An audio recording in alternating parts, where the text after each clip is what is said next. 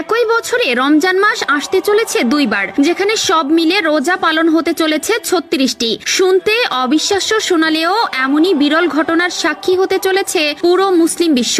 একই বছরে আসবে দুইটি আলাদা আলাদা রমজান, ঘটবে এক ব্যতিক্রম ঘটনা। একই বছরে দুটি রমজান আসা নিয়ে ইসলামিক স্কলাররাও কিছুটা চিন্তিত, কিন্তু কি মন্তব্য করলেন তারা? এটি কি মুসলিম উম্মার জন্য সৌভাগ্যের বিষয় নাকি কিয়ামতের অন্য কোনো আলামত? এ বিষয়ে কি বলে গিয়েছিলেন আমাদের প্রিয় নবী সাল্লাল্লাহু আলাইহি ওয়াসাল্লাম? একই বছরে দুইটি রমজানের কথা শুনে অনেকেই হয়তো অবাক হতে পারেন, তবে কবে এমনটি হবে জানতে পারবেন এই ভিডিও থেকে। তাই ভিডিওটি না টেনে শেষ পর্যন্ত দেখতে থাকুন এবং এখন থেকেই নিয়ত করে ফেলুন, আসছে এই রমজানে সবগুলো রোজা রাখারই চেষ্টা করবেন ইনশাআল্লাহ। প্রিয় দর্শক, রমজানকে বলা হয় মুমিনের জন্য ভাগ্যের মাস, প্রতিটি মুসলিমের প্রত্যাশা, প্রাপ্তি ও প্রার্থনার মাস। তাই প্রত্যেক মুমিনই রমজান মাসের জন্য অপেক্ষা করে।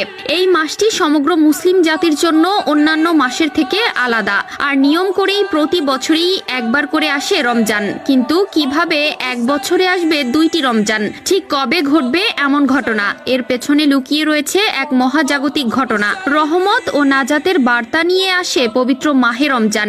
এই পবিত্র রমজান মাস বছরের অন্যান্য মাস অপেক্ষা অধিক মর্যাদা সম্পন্ন।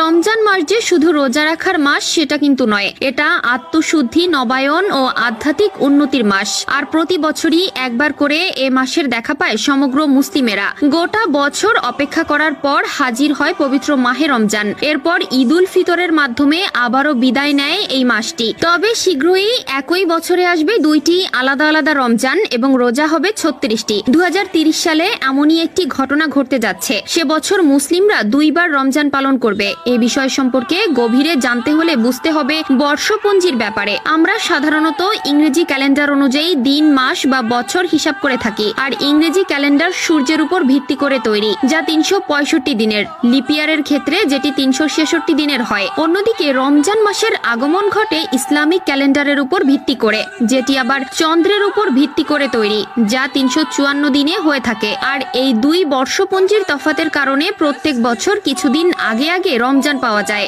অর্থাৎ ইংরেজি ক্যালেন্ডারে এবছর যে সময় রমজান মাস এসেছিল, পরের বছর সেটি তার থেকে কয়েকদিন সামনে এগিয়ে আসবে।